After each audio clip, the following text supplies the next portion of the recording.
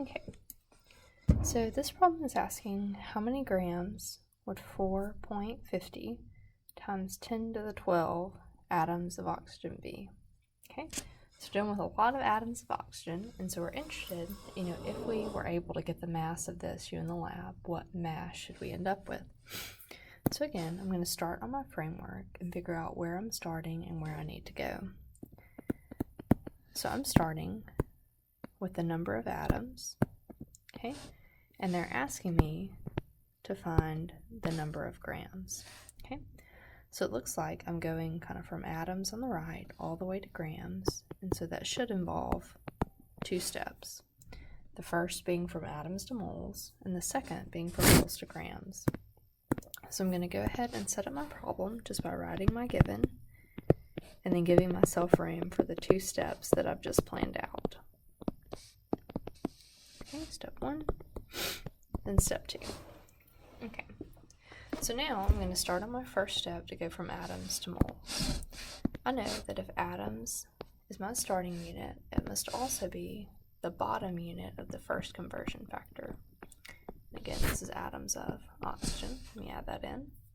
Okay, and so my first step is to go from atoms to moles. So if atoms is on the bottom, then that means moles will be on the top. Then, to get from atoms to moles, I know that I have the ratio of Avogadro's number, which tells me that there are 6.022 times 10 to the 23rd atoms in 1 mole. Okay? So I check behind myself to make sure my units cancel, and they do. And so now I'm ready for step 2, which is to go from moles to grams. So again, since moles of oxygen is here, that means that moles of oxygen must also be in the bottom of my next conversion factor. This time I'm going from moles to grams, so if moles is on bottom, grams must be on top. And again, this involves molar mass.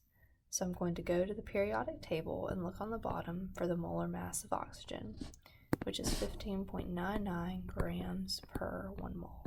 Again, remember that number value is always attached to the grams, and a 1 goes beside the mole. I check my units to make sure they cancel, and then I'm ready to plug into my calculator.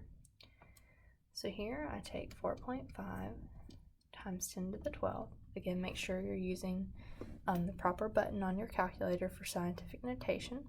And again, remember parentheses if you need them. Then I'll divide by Avogadro's number, divided by 6.022 times 10 to the 23rd. And then the 15.99 is on top, so I'll multiply by 15.99. Okay. And the answer that I get is 1.19486 something times 10 to the negative 10th. Again, my new units are grams of oxygen.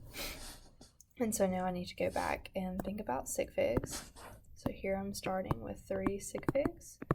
My answer should just have 3. So my final answer will be 1.19. Again, don't forget the scientific notation, times 10 to the negative 10th grams of oxygen. Okay, and there you go.